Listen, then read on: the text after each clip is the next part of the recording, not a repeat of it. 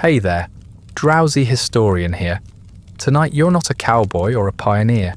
You're not carving out destiny beneath endless skies or harvesting golden wheat under a hopeful sun. No, you're just another desperate farmer in the Dust Bowl, slowly turning into jerky under a heat lamp. Your crops are dying, your kids are coughing, and your breakfast has a texture that strongly suggests topsoil. The sky, it's brown. The wind, aggressively personal. And if you're lucky, you'll make it to the end of the week without choking on your own homestead. So before the next black blizzard rolls through and sands off the last of your optimism, leave a comment letting me know where you're listening from and what time it is.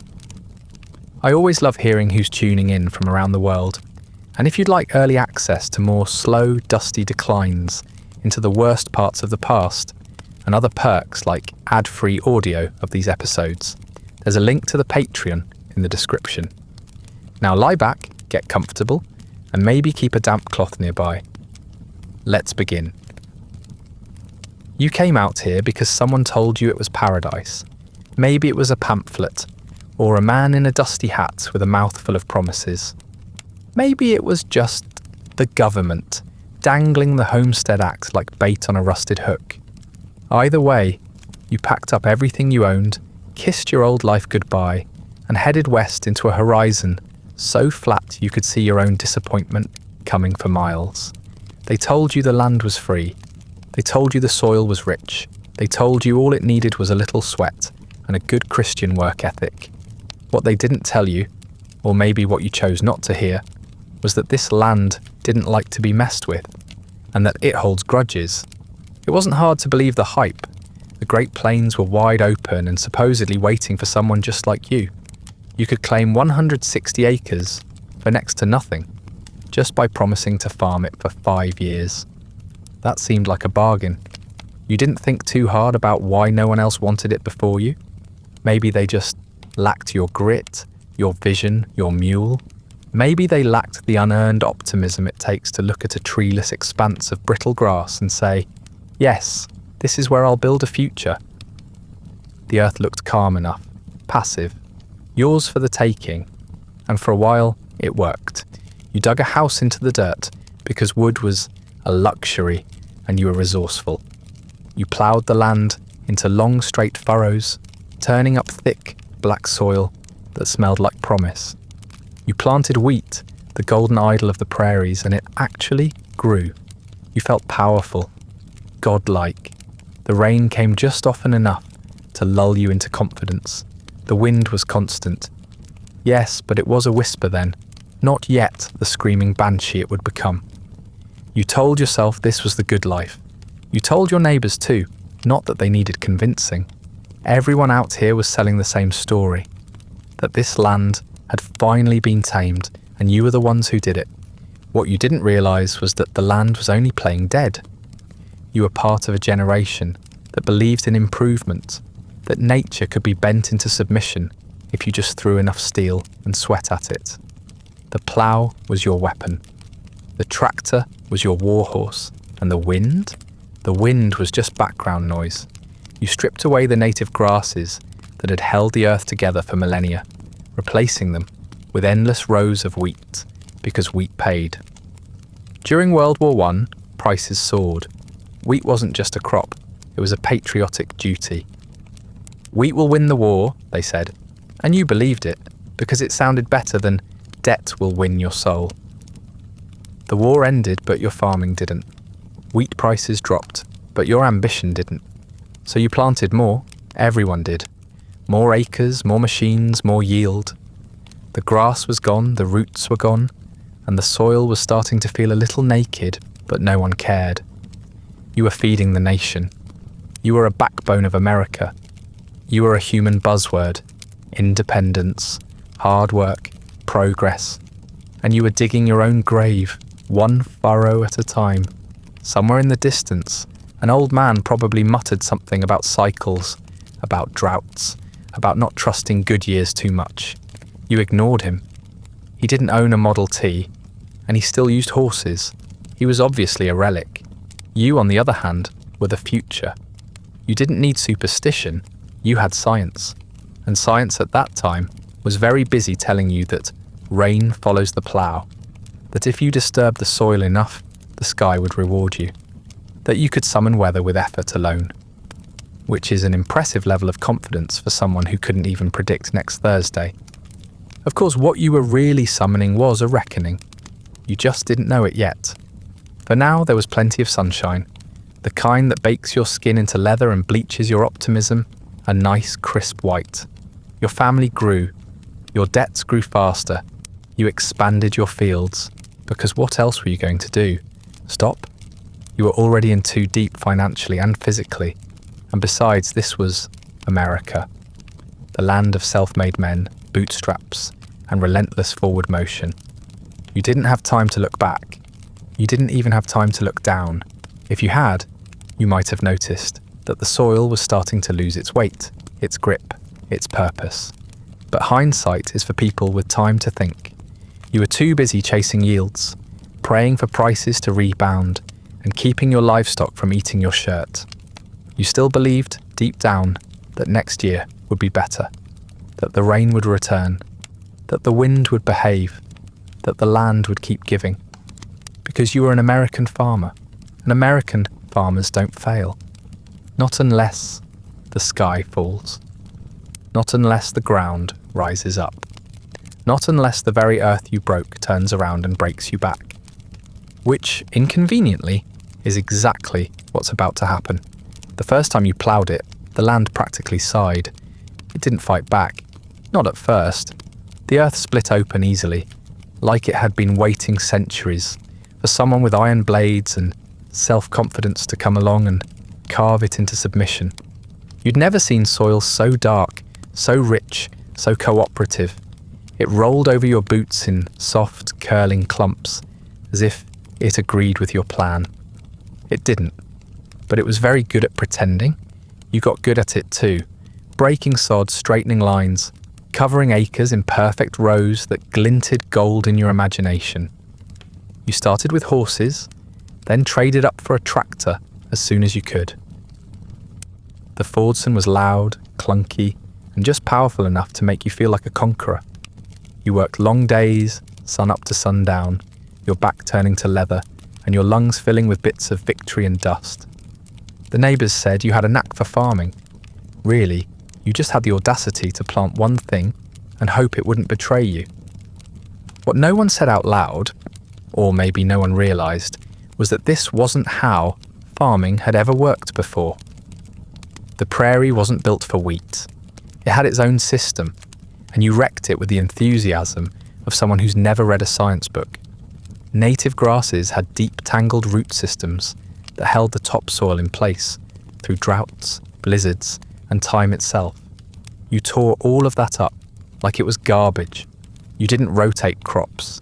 You didn't leave fallow ground. You didn't hedge your bets. Why would you? You had wheat, the miracle crop, the money maker, the golden god of the plains. Who needs biodiversity when you've got a grain that pays the mortgage? You didn't stop there, of course. Once you saw how easy it was to turn dirt into dollars, you kept going. You bought more land, or leased it, or just borrowed it under the assumption that you'd pay everyone back once the next harvest came in. You planted more acres, more wheat, more of the same. Thousands of others were doing it too. From Texas to the Dakotas, the same blades cut the same lines into the same exhausted soil. It was a miracle of modern agriculture, if by miracle you mean hubristic overreach on a continental scale. The yields were good, for a while, better than good even. They made you feel smart, capable, like you'd finally outwitted nature. You started quoting prices the way preachers quote scripture. You began to see the land as something that owed you, something that could be bent into usefulness forever, like a mule that never kicks. You didn't see the thin layer of topsoil beginning to loosen. You didn't notice the way the earth started to crumble a little faster under your boots. The warning signs were quiet. A little more wind, a little less hold, but the checks were loud, and that's what you listened to. There was no room for doubt when you were building an empire out of dirt. The banks loved you. The towns grew. Grain elevators went up like temples. Rail lines creaked under the weight of your optimism. Newspapers ran cheerful articles about the great American desert blooming under the farmer's touch.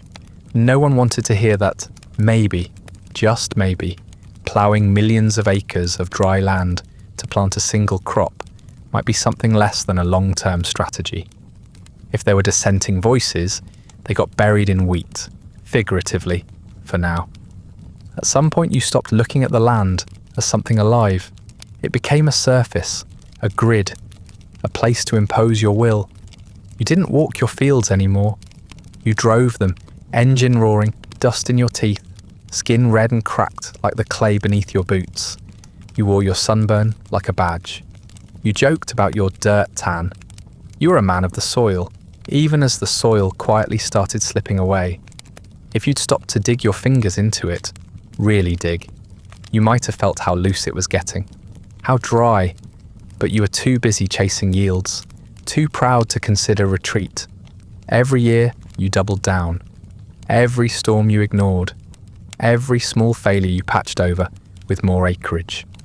And every time the wind picked up and carried a little more of your future off into the next county, you told yourself it was just a fluke. Just one of those prairie things. You didn't notice that it was happening more often. You didn't notice that the air was starting to taste like earth. And you definitely didn't notice that what you were building wasn't a farm. It was a sandcastle. A big, beautiful sandcastle, made of credit and topsoil and denial. You thought you were taming the land. What you were actually doing was disarming it, removing the only defences it had, leaving it naked to the wind. But you didn't see that. You couldn't. You were too busy shining your plough. The 1920s were a con, and you fell for it like everyone else.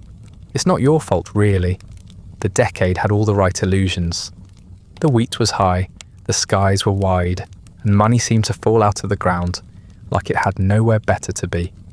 The war had ended, but the boom hadn't. You told yourself it was just the beginning. A new age of prosperity, driven by hard work and good soil, and the American way. You put on your best clothes for Sunday, kept your chin up, and planted more acres than you had any right to believe would pay off. But the wheat market didn't care about your optimism. The wheat market was global, erratic, and just smart enough to ruin you at exactly the wrong time. Europe started farming again after the war, which meant they didn't need your grain anymore. Supply ballooned, demand shrank, prices plunged, and you, standing on your borrowed land with your expensive new tractor and your shiny wheat thresher, didn't know how to stop. Because if the price per bushel went down, your only option was to sell more bushels, which meant planting more acres, which meant borrowing more money, which meant betting your entire life on a roulette wheel made of dirt. You weren't alone. From Texas to Nebraska, every farmer thought the same thing. It was a collective hallucination, a prairie-wide group project in magical thinking. Everyone believed that next season would fix it. Everyone believed that the wheat would rally, that the banks would understand, that the land would hold.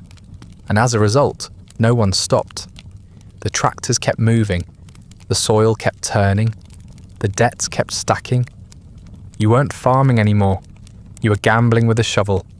The banks were happy to help, of course. They smiled while you signed papers you didn't really understand, nodding solemnly as you promised the future in exchange for the present. You borrowed against your land, your equipment, your grain, your body. You borrowed because you had to, because you had employees now, and a family to feed, and a reputation to maintain, because admitting that it wasn't working felt like failure, and failure wasn't something you could afford, not with the whole town watching. So you planted and planted and planted, wheat on wheat, row after row, season after season. The same land, the same crop, the same exhausted hope. Crop rotation was for cautious people. Fallow fields were for the weak. You were trying to survive by force of will, and that meant using every inch of soil until it gave up. Which it was starting to do, by the way. Not loudly, not yet, but subtly. The topsoil was getting thinner. The water table was slipping away. The grass was long gone, and the wind was beginning to pick up its pace. You noticed the dust, but you didn't talk about it. Not really. It didn't seem important, just a nuisance, a cosmetic issue, like dandruff, but for the earth. Your yield started to drop. You blamed the weather. You blamed the seed. You blamed God, a little, but respectfully. You didn't blame yourself. Why would you? You were doing everything right. The experts had said this would work. The government had encouraged you. The system had rewarded your effort. If it was failing, that wasn't on you. That was just bad luck. A temporary dip, a fluke, something to power through. So you doubled down, again. You weren't sleeping as much anymore. The nights were long and the air was dry, and the wind had started whispering things that didn't sound quite like wind. You sat up in bed sometimes, staring at the ceiling, trying to remember if your grandfather had mentioned this. He hadn't. Or if he had, you hadn't listened. You were too busy believing in progress, too busy building a life out of soil and slogans, and still the tractors roared, still the wheat went in. You were farming on credit and prayer, each season another spin of the wheel. You watched your neighbours do the same. Some left, some lost everything, some stayed and smiled too much. You wondered which group you'd end up in. Then you pushed the thought away and walked back into the field. You didn't know it yet, but you were already in free fall. The sky just hadn't caught up with you. There were no clouds to warn you, no thunderclaps of divine intervention, just a breeze growing stronger, a haze on the horizon that didn't quite look like weather, the sound of dry soil shifting where it shouldn't. It didn't come all at once. It crept in slowly, a creeping failure disguised as routine. The good years weren't good, they were bait. They taught you how to believe in things that were never real, and they left you holding the bill when the dream collapsed. The land was tired, the bank was circling, and you were still out there every morning, sunburnt and grinning, absolutely certain that next year would be different. It wouldn't be, not even close, and at first it was just wind. Not new, not special, just the same endless prairie gusts that had always been there, pulling at your hat and howling past your ears like a bored ghost. You'd lived with wind for years. It whistled through the boards in your house, rattled your windows, scattered your laundry, and carried your voice away if you raised it too loud. It was background noise, part of the landscape. You didn't fear the wind, you tolerated it. But something changed in the early 1930s. You didn't know exactly when, but it crept in. The air got drier, the breeze got sharper, and then one day, the wind wasn't just moving through the land, it was taking pieces of the land with it. Little things at first, a fine gritty dust that coated your porch and settled in the folds of your curtains. You'd sweep it out and forget it. You figured it was a fluke, just part of the season. You'd seen dust before. You thought you knew dust. You didn't know dust. The drought started slow, the way all creeping disasters do. A little less rain one month, then two, then none. The soil, already fragile from a decade of abuse, cracked wide open. You dug your fingers into the ground one morning and came up with something closer to powder than earth. Your wheat stopped growing. Your livestock started coughing. You joked about it at first, made dry remarks about the weather, and rubbed your aching back like it was all just part of the job. It wasn't, but no one wanted to admit that yet. Then came the first real storm. Not a thunderstorm, not a front with clouds and drama, just dirt, just sky and earth switching places. You saw it coming from miles off, a low dark wall on the horizon, moving toward you with slow confidence. At first you thought it might be rain. You hoped, absurdly, that it was rain. But as it got closer, the colour shifted from grey to a thick, menacing brown. It rose into the air like a mountain learning to walk. You ran to shut the windows, stuff rags under the doors, cover the food, the crib, your mouth, and then it hit. The world vanished in seconds. The light went out like someone had pulled a curtain over the sun. The air thickened. You couldn't see your own hands. You couldn't breathe properly, not without swallowing a mouthful of soil that used to be your field. You coughed so hard your ribs ached, your eyes stung. You blinked and tears came out muddy. Everything smelled like earth and fear. You sat in the dark with your family, listening to the wind scream and the walls groan, praying the roof would stay on and your lungs would hold out. When it finally passed, the silence was worse. You opened the door and saw a new landscape, your yard buried, your tools lost, your fence half swallowed. Dirt drifted up to the windows, like snow. It had weight, it had presence, it had decided to move in. You dug out the door frame, hacked up another coughing fit, and told yourself it was a one-time thing. You even laughed about it later. Everyone did. Gallows humour. That's how you got through the week. But it wasn't a one-time thing. The next storm came days later, then another, then another. Some big, some small, some that snuck in like burglars and some that hit like sledgehammers. You stopped being surprised. You started planning around them. You put wet sheets over the windows, kept water basins inside to try to trap the dust. You covered everything in the house you didn't want to eat later. You learned to chew your food without thinking about the crunch. You kept telling yourself it couldn't last, that rain would come, that the land just needed a break. Your neighbours said the same thing. You all repeated it like a spell, like saying it often enough would make it true. But the weeks kept stretching. The months piled up. The storms got worse and the wind, that old familiar wind, became something else entirely. It became a force, a thief, a kind of slow violence you couldn't outrun and couldn't stop. Outside, the fields flattened into nothing. Your wheat withered or vanished entirely, swallowed by dirt waves. Your livestock lost weight, then breath, then function. Inside, everything took on a permanent grey tint. Your sheets, your walls, your children's faces. You couldn't keep it out anymore. It got into your lungs, your food, your dreams. You started waking up in the middle of the night, coughing, gasping for clean air that didn't exist. You tried to carry on. That's what farmers do, right? You patched up the barn, redug the well, shoveled your doorway for the 100th time. You told yourself next year would be better, that the rain couldn't stay away forever. But you were starting to hear something different in the wind now. Not just a howl, but a warning, a whisper that said very clearly that you were not in control, that you never had been. Still, you didn't leave. You couldn't. Not yet. You had too much invested, too much pride, too much debt. And maybe, just maybe, you still believed that this would all blow over. Spoiler, it doesn't. The day started normally, which is how all the worst days tend to begin. You woke up with dust in your nose, dust in your coffee eye, dust in the creases of your bed sheets. The sky was pale and the air was dry, but that wasn't unusual anymore. You were used to waking up half buried.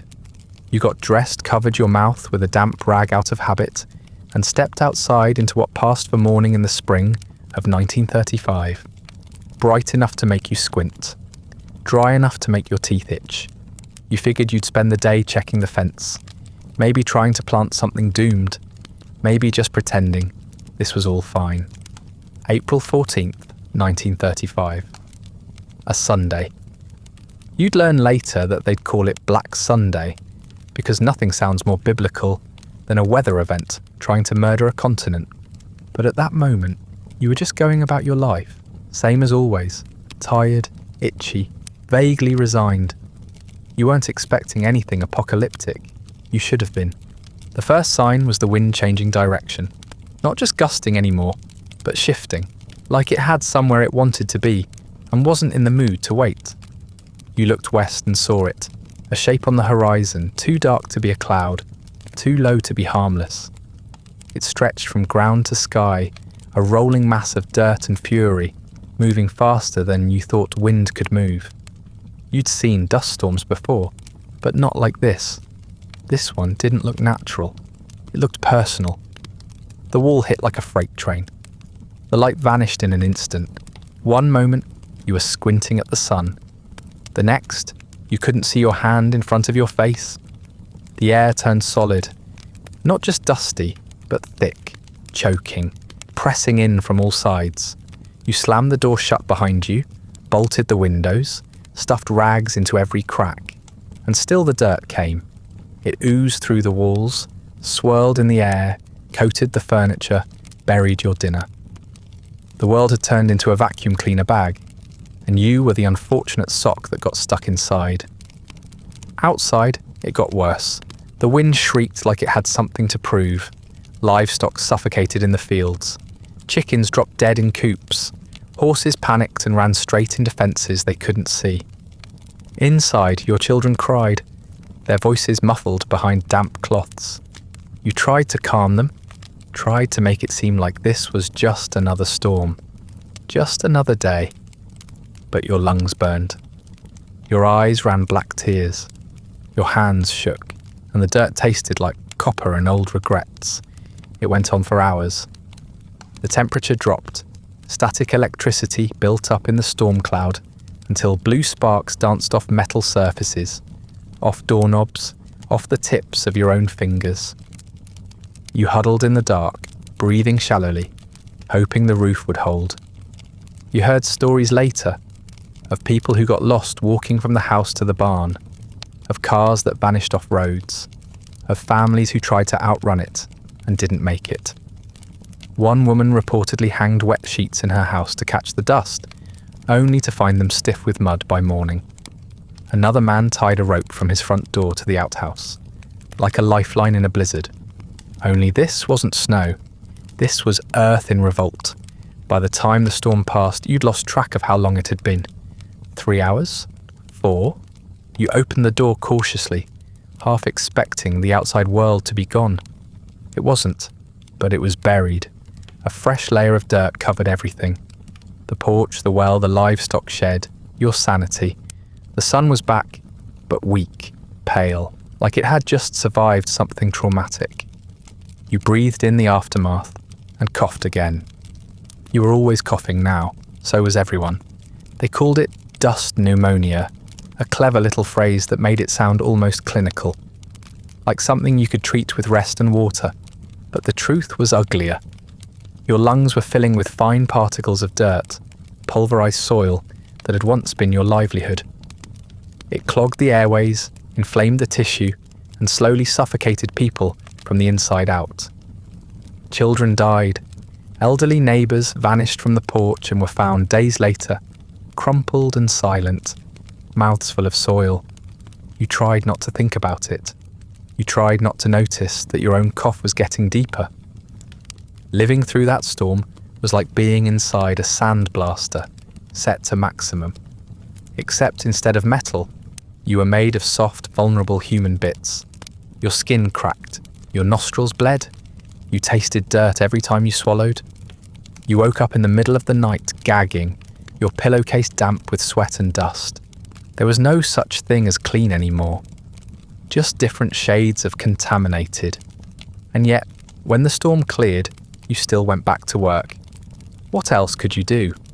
The animals needed feeding, the fence needed fixing, and the land, battered, abused, and now literally airborne, still needed tending. You told yourself it couldn't happen again, not like that.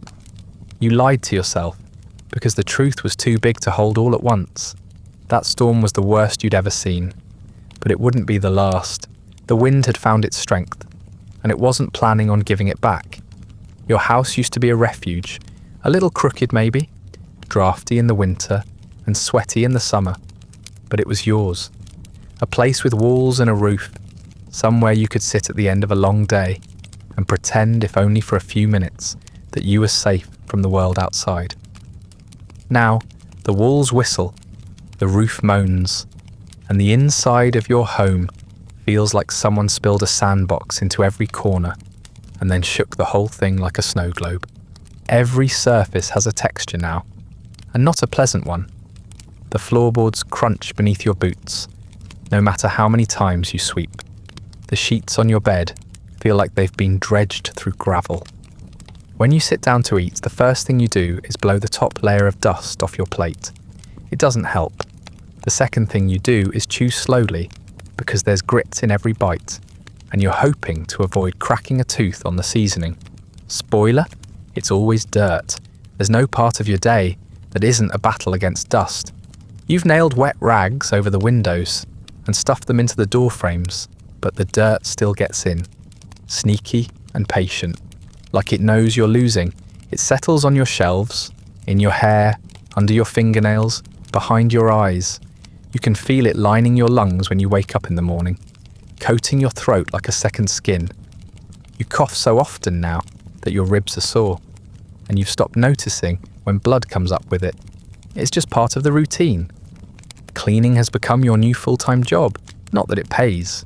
You sweep the floors 3 times a day, minimum. By nightfall, they're worse than when you started. You shake out the bedding every morning, and it makes the whole room look like a volcanic eruption. The dishes aren't clean unless you wipe them before and after eating. You keep a damp cloth near your mouth, just to breathe through. But even that smells like mold and soil now. There's no fresh air, just degrees of contamination. The kids are no help, but you can't really blame them. They're tired and pale and coughing more than they should. The older ones try to keep busy, but they're worn out from school closures and chores, and the younger ones have started turning the situation into a game. They call it, guess what's for dinner, but it's always the same thing. Beans. Dirt-flavoured, dust-garnished beans.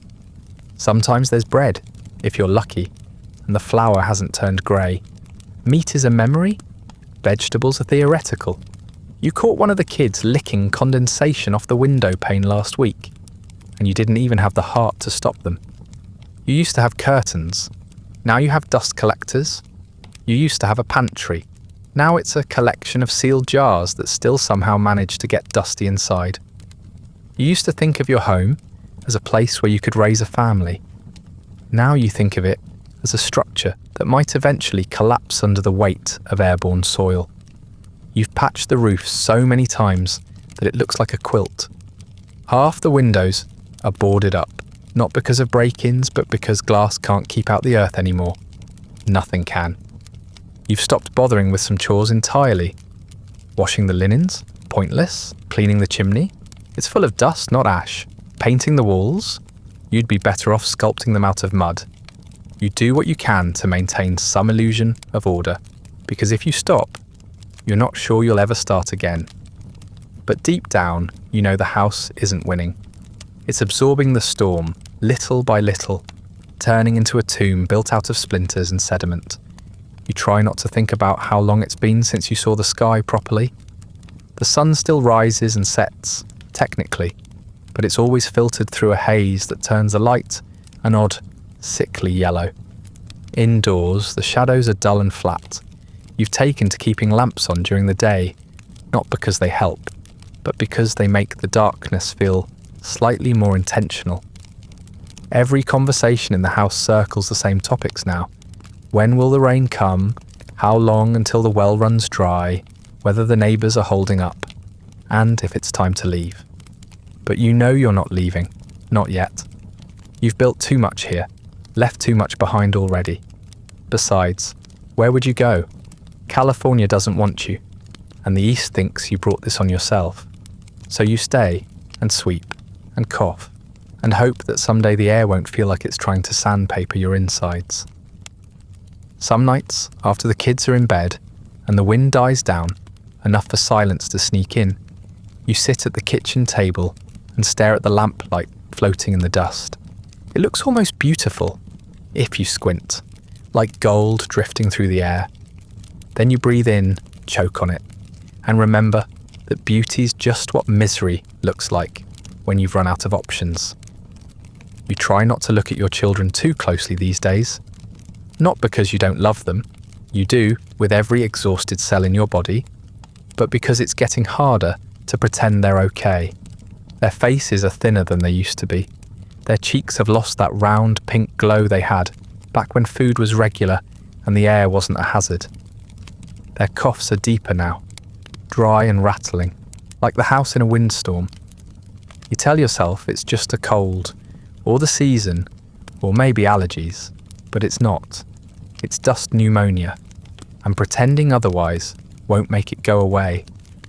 They sleep in the same room now, all of them crammed together under layers of blankets and damp rags nailed over the windows. You can hear them coughing through the night. Not the occasional tickle in the throat cough, but a steady hacking chorus that keeps time with the creaking of the roof. In the morning, their pillows are stained with reddish dust, and something darker in spots. You make them gargle water when there's enough to spare. Sometimes you even pretend it helps. School used to be a place of routine, of normalcy, of hope. Now it's a building that opens once a week, if that, and only if the air inside can be breathed without coughing up a lung. Teachers send home little paper lessons, mostly busy work, mostly ignored. Half the kids in town don't go anymore. Either they're too sick, too tired, or too needed at home. Your oldest is helping patch roofs and clean out barns. Your youngest plays in the dirt, not the yard, just the general atmosphere. You don't have the heart to stop them. You feed them what you can. Beans mostly, bread if you're lucky, sometimes soup, the kind that's mostly water and hope. You used to joke that the food had a little extra crunch. Now the joke doesn't land, because no one's laughing. Your children have learned to eat slowly, chew carefully, and drink with their mouths half covered to avoid swallowing the air. They're getting good at it. Too good. They're adapting to something no child should ever have to adapt to. They've stopped asking questions. They used to wonder why it was so dusty, why the rain wouldn't come, why their friends were moving away. Now they just look at you and wait for answers you can't give. You catch them watching you, not with trust, but with something closer to wary curiosity. Like they're studying how you're holding up, trying to decide if the grown-ups are still in charge, or if it's time to start planning their own exit strategy. You try to smile at them to keep the fear behind your teeth. They smile back sometimes, but mostly they don't. You tell yourself they'll grow up strong, tough kids, hardened by experience, resilient, the kind of people who survive anything. And maybe that's true, if they grow up at all. If their lungs don't give out, or their bodies don't wear down from too many meals that were more filler than food. You've stopped tracking their growth on the wall, not because they've stopped growing, though they kind of have, but because it hurts to mark the time like that. Each line feels like a countdown. There are moments when they try to pretend everything's normal. The youngest will draw pictures in the dust on the table, little scenes of sun and rain and trees that don't exist here anymore. The older ones build things, windbreaks, toy fences, sometimes just small piles of rocks, with no purpose other than existing. They don't talk about the storms much. They don't talk about the coughing either. But sometimes, in the quiet, one of them will whisper something to another, a question, a theory, a fear, and you'll hear just enough to know that they understand more than they should. You want to protect them. That's what you're supposed to do. You're their parent, their shield, the one who's meant to keep the worst of the world outside the door. But there's no outside and inside anymore. The world comes in whether you let it or not. It settles on their beds, seeps into their lungs, steals their futures a little at a time. You can't build a fence against it. You can't teach them how to outrun it. You can barely keep them clean. Some families have left, packed what little they had, and vanished down the road in trucks that belched smoke, and hope in equal measure. But you're still here, trying to hold the centre. Your kids ask sometimes if you'll go too. You tell them not yet, that the rain might come back, that things might get better. They nod, because they've learned not to argue, but you see it in their eyes. They don't believe you. And worse, they don't expect to. You used to think your kids would grow up and leave this place behind, that they'd become something more than you, smarter, stronger, safer. Now, you just hope they make it through the season. You tuck them in at night with hands that tremble from fatigue, whisper stories you half remember from better times, and try not to listen too closely to the wheezing in their chests. You tell yourself they're just catching colds. You tell yourself they'll be fine. And in the quiet after they've fallen asleep, you sit at the edge of the bed, staring at the dust gathering on the windowsill, and you think, maybe they will. Maybe. But not if this keeps going. You didn't think it could get worse. That was your first mistake. After months of coughing up soil and burying every ounce of hope under wind-blown drifts of what used to be your livelihood, you'd started to assume the worst had already arrived. You were wrong, because just when it seemed like the sky couldn't take any more from you, the ground decided to join in. And it brought grasshoppers. They came without warning, like most catastrophes out here. One day, you were staring at a pitiful stretch of withered stalks, the only green things that hadn't been blasted flat or swallowed whole by dust. And the next, the field was moving. Not swaying, not rustling, moving, crawling, seething, rippling like a sea of tiny legs and chewing mouths. The swarm descended so fast you barely had time to blink, let alone save anything. They came in waves, clicking and hopping and consuming, and by the time you realised what was happening, it was already done. Your crops vanished overnight. Not failed? Vanished. Gone as if they'd never existed. They didn't stand a chance. Drought had already left them brittle and dry like sun-toasted paper, and the grasshoppers treated that like a buffet. Leaves, stalks, roots, the husks of plants that weren't even worth harvesting, all chewed down to nothing. You stood there with a rake in your hand, watching your last food source vanish into the collective belly of a plague, and the only thing you could do was whisper a few words that wouldn't be appropriate in church. But it didn't stop at the crops. They ate everything. Grasshoppers aren't picky. They gnawed on fence posts, laundry, leather harnesses, and wooden tool handles. You found one inside your shoe, nibbling the laces. One afternoon, you came home to find them crawling on the porch, clinging to the doorframe, halfway through devouring the family Bible, like it owed them money. Your youngest swatted one off their sleeve, only to have another jump into their hair. You never knew whether to scream, cry, or grab a frying pan and start swinging. Neighbours tried all sorts of methods to stop them. Tarps, pesticides, hand-to-hand combat. One desperate soul stood out in the field, banging pots together, like he was scaring crows. It didn't work. Nothing worked. They just kept coming, unbothered, unstoppable, eating everything that hadn't already died from thirst or suffocated under dust. The most absurd part? You almost got used to it. That's the thing about plagues. They start to feel normal when you've got no alternative. Eventually, the government got involved. You were relieved for about 5 minutes until you saw the plan. Someone somewhere, probably very far from here, decided that the best way to deal with millions of ravenous insects was good old-fashioned fire. So they sent out crews with flamethrowers. That wasn't a metaphor. That was the actual solution. Men with tanks strapped to their backs, walking through fields with jets of flame, torching the swarms, like something out of a war film. You stood there, watching it unfold, wondering if you'd missed a sign somewhere along the way, maybe a pillar of smoke, or a river of blood, because this was starting to look uncomfortably biblical. The burning didn't feel like victory, it felt like erasure. Whatever hadn't already been eaten was now charred. The smell lingered for days, scorched weeds, roasted insects, dry heat, and desperation. The grasshoppers didn't even seem that bothered. A few thousand might have gotten crisped, sure, but the rest just bounced off and moved on, jaws still working. You learned quickly that nature doesn't scare easily, and it doesn't negotiate. You tried to find humour in it. That was always the last defence. You told yourself it was like something out of a joke, a dust storm, and a grasshopper walk into a farm. But the punchline never landed. The absurdity was too real, too close. You started counting the losses like poker chips. A shovel here, a row of corn there, another patch of roof eaten by wind and bugs and time. And still, you stayed. Because where else would you go?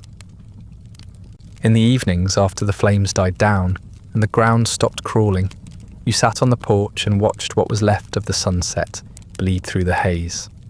You could still hear them out there, faint clicks, occasional thuds against the window, a sound like rain but wrong. Your children didn't ask what was for dinner anymore. They already knew. You tried to believe the worst was behind you, but deep down, you knew better. Because every time you said, it can't possibly get worse, nature took that as a challenge. At this point, you weren't even farming anymore. You were just holding space, a caretaker for the grave of your own ambition. And yet, you kept waking up, putting on your boots, and walking back out into the wreckage. You weren't sure why.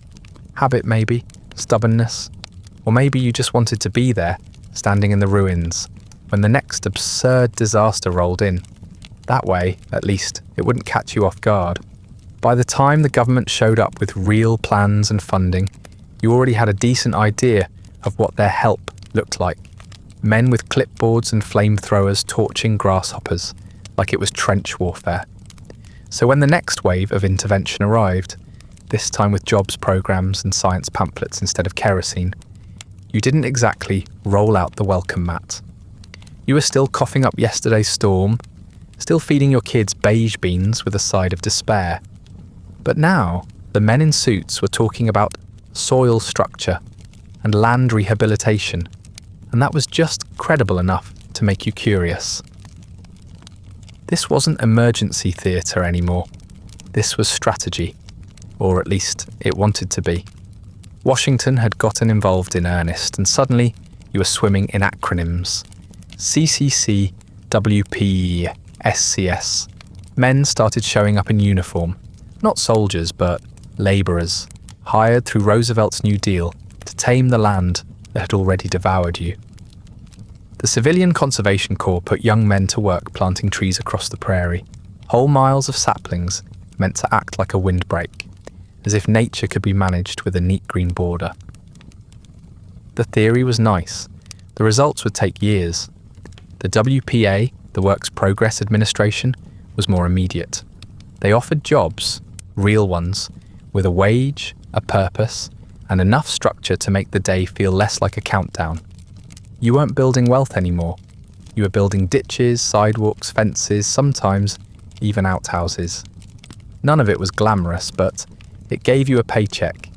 And in a season where your farm couldn't feed your family, a shovel and a ration ticket started to feel like a miracle. Then came the Soil Conservation Service, armed with science and an alarming sense of optimism. They handed out diagrams, spoke in words like terracing, rotation, and erosion control. You nodded along, pretending to understand, and followed instructions as best you could. Anything was worth a try. They told you to plant cover crops to anchor the soil, to leave some fields fallow, to admit that maybe, just maybe, farming everything all at once with no regard for the future hadn't been a sustainable plan. You could have told them that 5 years ago, but they hadn't been listening then. It wasn't that you didn't appreciate the effort. Some of it actually helped. You saw hills carved into terraces, seed drills that didn't rip up every living root, and fences that tried to slow the wind. You planted trees that bent in the breeze but stayed standing, and that alone felt like progress. But still, it all came with a bitter aftertaste, because by the time they showed up with their shiny solutions and expert advice, most of what could be saved had already been lost. And then, of course, came the photographers. They arrived like vultures in sensible shoes, government contractors sent to document the human toll of the Dust Bowl. They brought cameras the size of small children and asked you to pose in front of your house with your arms crossed and your dignity hanging by a thread. You stood there, trying not to blink in the dust, while your kids squinted behind you, coughing into handkerchiefs. No one asked how you were holding up. They just clicked the shutter and moved on. You saw the photos weeks later in a paper, your neighbour's gaunt face printed beside a headline about suffering, like he'd become the mascot of agricultural despair. You were officially part of history now, a symbol, a lesson, a headline, and you hated every minute of it. The same country that once cheered your ambition and bought your wheat now pitied you from a distance. You became the tragic image they showed in classrooms, the face they printed in magazines, The reason politicians gave speeches. You hadn't changed. You were still out here, shoveling dust out of your living room and hoping the well didn't dry up. But now your suffering had PR. To be fair, the programs didn't do nothing. The paychecks helped. The trees helped. The soil, though wounded, began to settle a little. You stopped losing entire acres to the wind. You even saw the faintest green shoots return in places you'd written off. The scientists weren't wrong exactly, just late. But no program, no wage, no diagram could undo the years of damage already done. You'd survived mostly, but only in the technical sense. Your land was no longer bleeding out, but it wasn't alive either, just dormant. And you were tired, so tired, of storms, of insects, of government names printed on official envelopes with promises inside that always came a little too late. You were grateful, sure, but it was the kind of gratitude you give someone who finds your house half burned down and offers to sweep the ashes. Necessary, a little too polite, and not at all what you actually needed. Eventually, there comes a moment when staying feels more impossible than leaving. It doesn't happen all at once. It builds, slow and quiet, like everything else out here. A few more sick days, a few more dead crops, another letter from the bank, worded just differently enough to feel like a threat. You look around at the dry well, the coughing kids, the half-buried fence posts, and you realise the land isn't just failing you anymore. It's evicting you. So you pack. You don't pack everything. You can't. The truck, if you even have one that runs, can only carry so much. You take the bedding, the tools, the pots that aren't rusted through. You leave behind the rocking chair, the books, the piano that hasn't been tuned since anyone felt like singing. You tell yourself someone will come back for them. You know no one will. You tie down what you can, lash it with fraying rope, and hope the whole mess doesn't come loose halfway down the road. And then you join the line, a slow dust-covered procession of tired faces and overburdened vehicles crawling west on cracked highways. They call you an Okie now. Doesn't matter if you're from Oklahoma, Kansas, Texas, or anywhere else that got scraped bare by the wind. Out there, you're all the same. One big category of failure. The term is supposed to be geographic, but it sticks more like an insult. You hear it hissed at you when you stop for gas. You see it painted on signs, no Okies, no jobs for Okies, keep moving. You came looking for a second chance. What you find is suspicion. The road west isn't paved with opportunity. It's paved with the heat off your radiator and the hope you've managed to keep alive out of sheer habit. You ration food more strictly now. You sleep in the truck or under it, depending on the weather and how close the engine is to exploding. You get good at spotting ditches that pass for campgrounds. The kids are quieter, too tired or too hungry to ask questions anymore. When they do speak, it's mostly about oranges, but because someone told them there are orchards in California. Fruit on trees just waiting to be picked. It sounds like a fairy tale. You let them believe it. And then finally, you get there. California. It's greener, yes, and the air doesn't taste like soil, but you're not welcome. Not really. The locals see your clothes, your license plate, your truck patched with twine and prayers, and they already know who you are. You're one of them. The migrants, the squatters, the desperate. You didn't come here with money or land deeds or prospects. You came here with hands and empty stomachs. And California doesn't like beggars.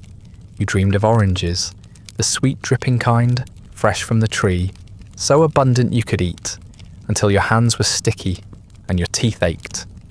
That was the fantasy anyway. That California would be a sunlit rescue mission, fields of opportunity, clean air, fresh starts. Instead, what you got was wage slavery, heat stroke, and a long line of people who looked just as broken as you, standing in the same dirt, hoping for the same scraps. The camps weren't really camps, not in the way you'd pictured.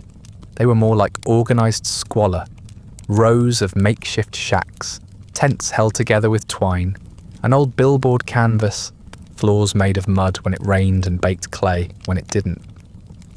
You shared space with dozens of other families, all of them coughing, hungry, and increasingly short-tempered. Privacy wasn't even a concept anymore. You changed clothes behind a blanket. You used the bathroom in a trench.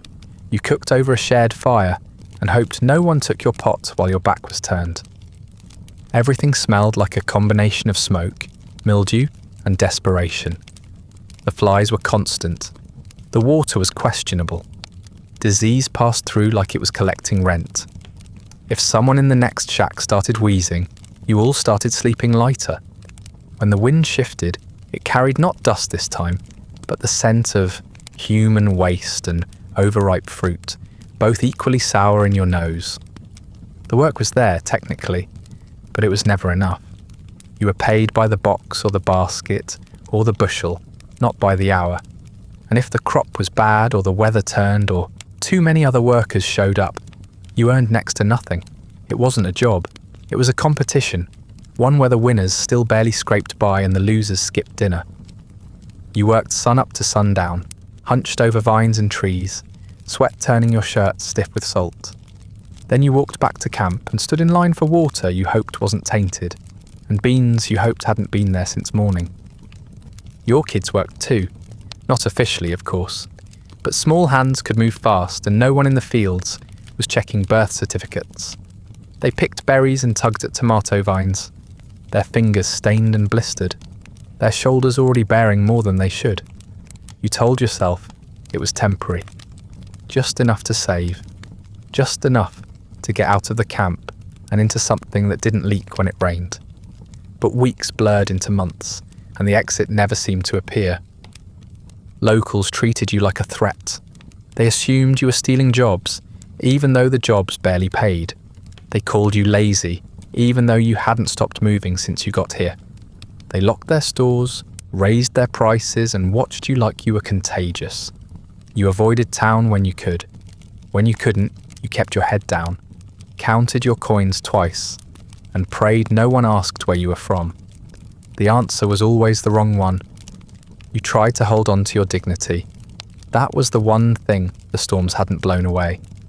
But here in California, dignity felt like a luxury. You were disposable, replaceable, a unit of labour. The people who hired you knew it.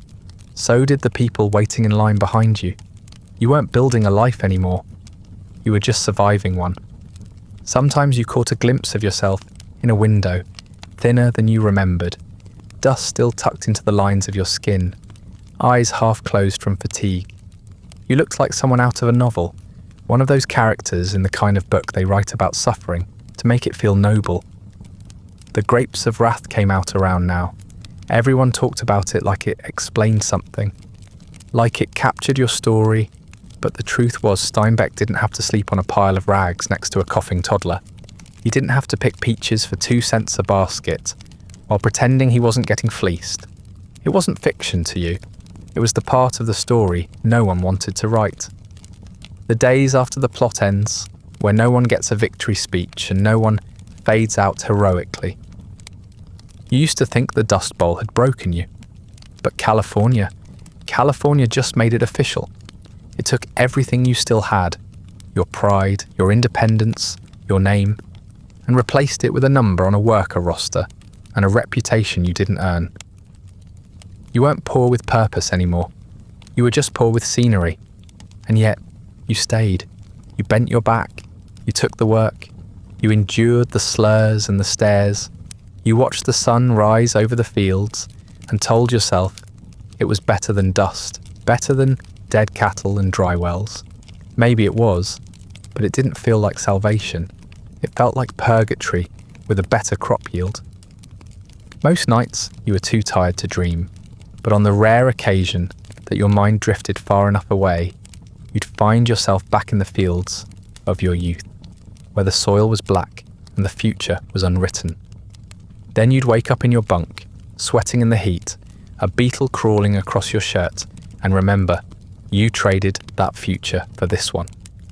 And no one was coming to trade it back.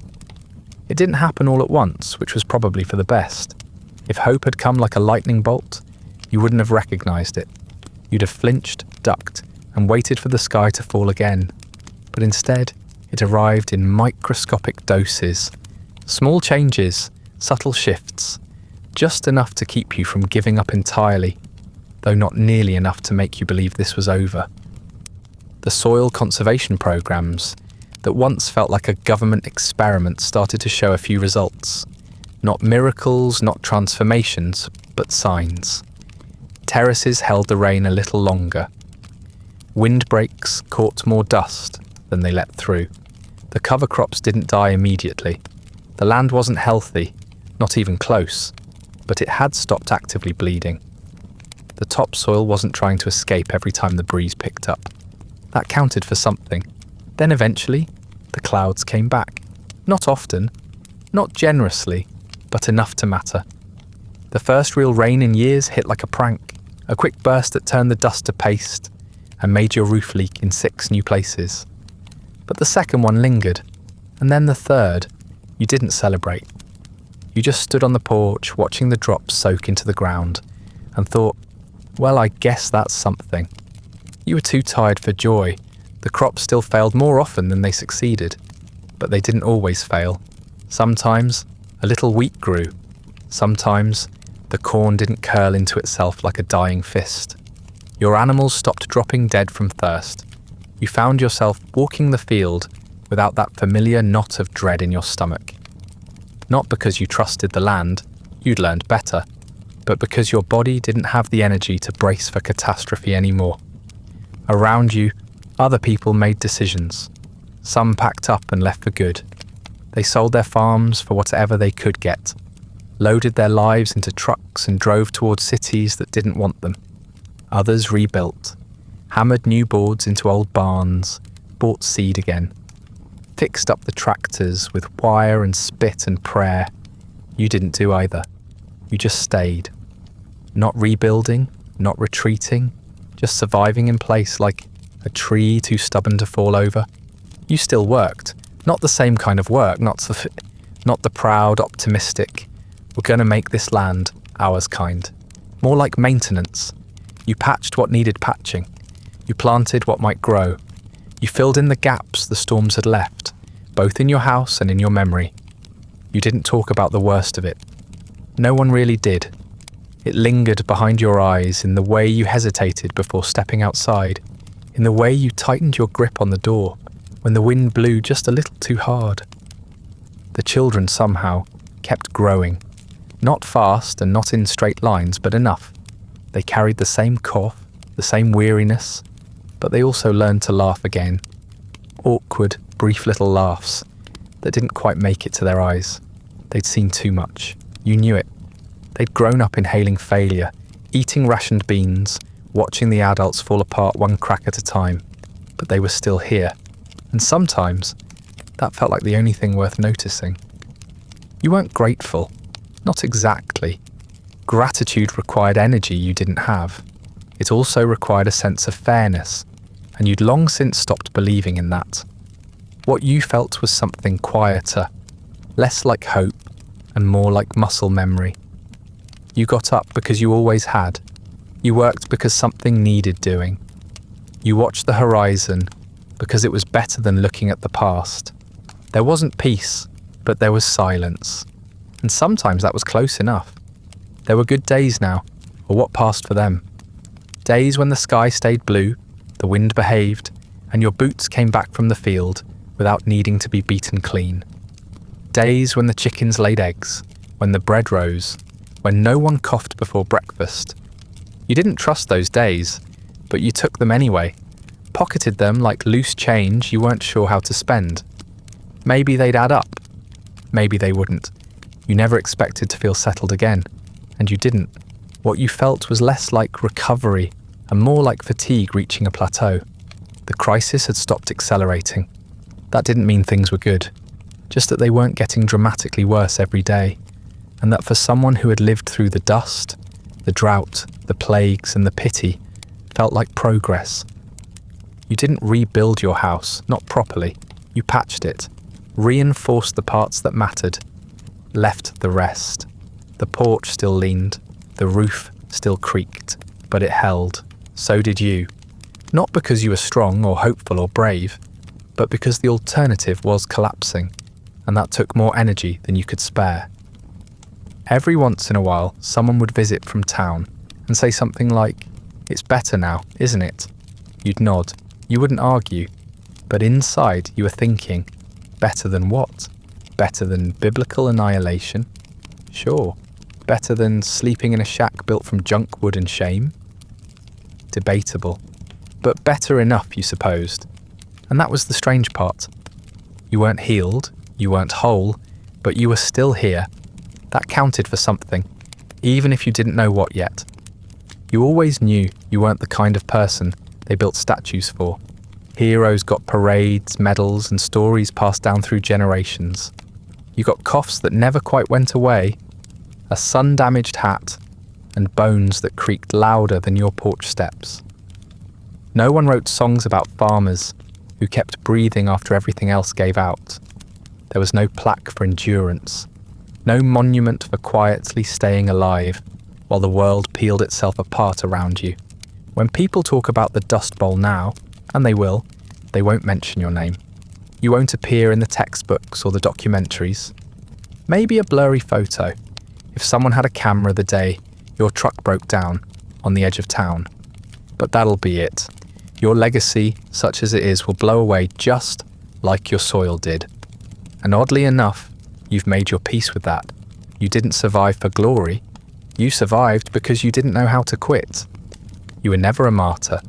You didn't suffer gracefully or selflessly.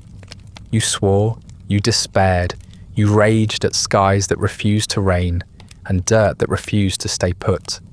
You buried things, crops, animals, hope. You watched your children shrink, your home rot from the inside, your neighbours vanish into the horizon with whatever they could strapped to the roof. You thought about leaving too, more than once, but you didn't. You stayed. Maybe not because you were strong, maybe just because you didn't know where else to go. You weren't brave, not really. Bravery implies some kind of choice, a conscious decision to face fear and keep going anyway.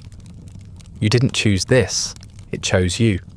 You just kept getting up, day after day, boots heavy with dust and stomach half empty.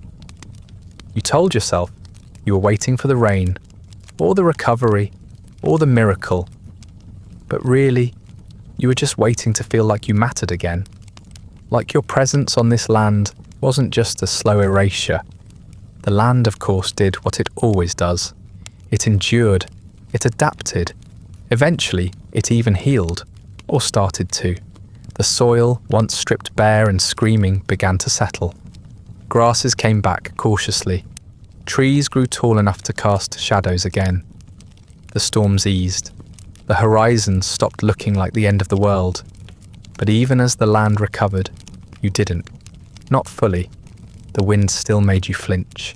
The colour of the sky still meant something different to you than it did to the newcomers. Your bones remembered what the weather forgot. People moved in again, some of them young, optimistic, full of ideas and energy. They asked questions about farming, about the land, about what it had been like back then. You answered politely, sometimes, but mostly you just nodded and let them talk. They wouldn't understand, not really. And you didn't want to be the ghost at the table. You'd had enough of being haunted. You kept to your routines. You fixed the fence posts that leaned just enough to annoy you. You checked the well, even though it hadn't gone dry in years. You still swept the porch, even though the dust didn't pile up like it used to. Habits outlived disasters. You didn't expect applause for that. You barely expected acknowledgement. There were moments, of course, when the past came back more vividly, when a dry wind swept in and coated everything in a fine, familiar grit. When a thunderstorm rolled in too slowly, and you stared at the clouds like they might be planning something cruel.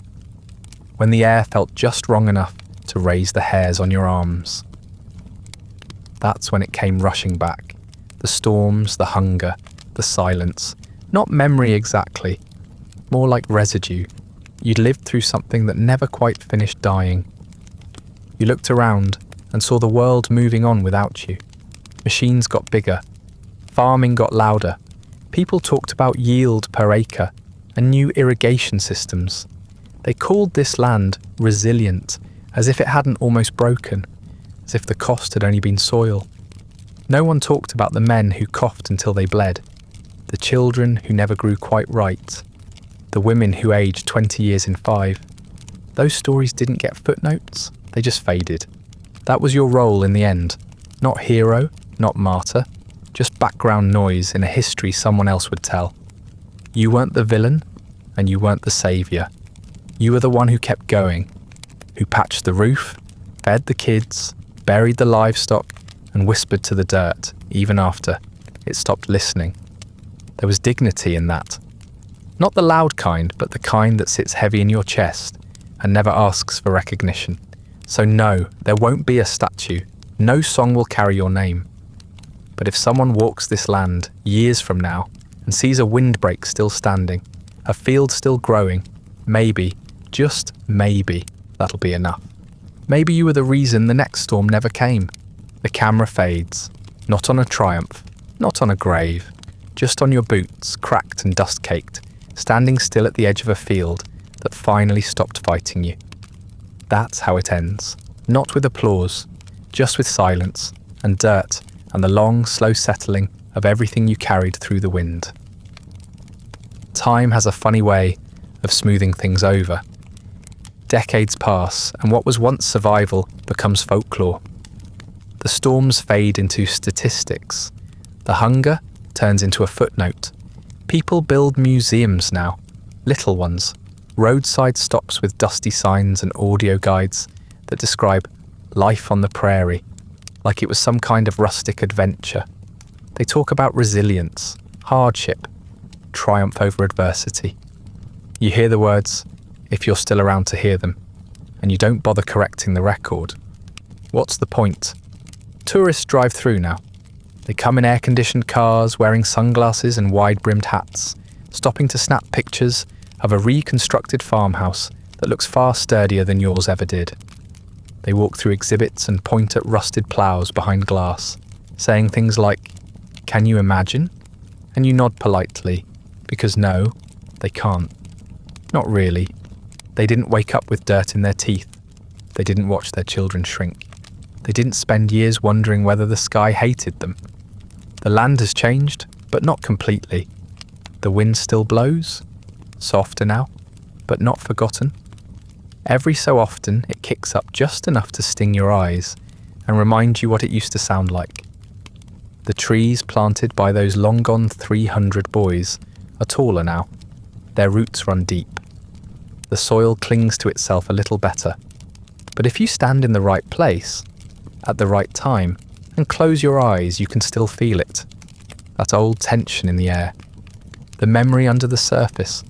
The sense that the ground remembers even if you've tried to forget. People build new houses where the old ones collapsed. They pour concrete foundations and put in double-pane windows, and never once wonder if the floor will be buried by morning. They plant gardens in the backyards, water them with ease and call it progress. And maybe it is. Maybe the land is kinder now. Or maybe it's just resting. The ones who lived through it, those who stayed, those who made it out, are fewer now. Names blur together. Dates get mixed up. The details fade like the ink on a worn-out ledger. You've forgotten more than you remember, and that's probably a blessing. Memory has weight. Yours was already heavy enough. They say history is written by the victors, but this one didn't have any. Just survivors and a long line of people who came after, carrying stories that got a little cleaner every time they were told. You were never the main character, just one of millions who ate dust and called it dinner. No tragedy big enough for headlines, no victory neat enough for textbooks. Just years of gritted teeth, creaking floorboards, and stubbornness mistaken for strength. Sometimes a school group comes through the area, kids on a field trip, laughing too loud and squinting in the sun. Their teacher tells them how hard it was back then. The kids nod, uninterested, already distracted by their phones. One of them asks if the dust storms were really that bad. The answer, of course, is yes, but they won't understand that until the sky tries to take something from them. Until they live through something slow and cruel and relentless enough to leave a mark no photo can capture. You walk a little slower these days, boots scuffing the gravel, watching fields that still stretch farther than your eyes can follow. You pause by a windmill that's been dead for years. The blades rattle in the breeze, but they don't turn. You think about fixing it sometimes, then forget why it matters. You've stopped measuring your life in seasons or harvests. Now it's measured in quiet mornings, creaking chairs, the way the sun catches the dust in the air just before it disappears again. There's comfort in that silence. Not peace exactly, just absence. The absence of crisis, the absence of screaming wind, the absence of the daily grind of survival. You wouldn't call it happiness, but it's something like stillness. And after everything, that's enough. You'll be gone someday, maybe soon, maybe not.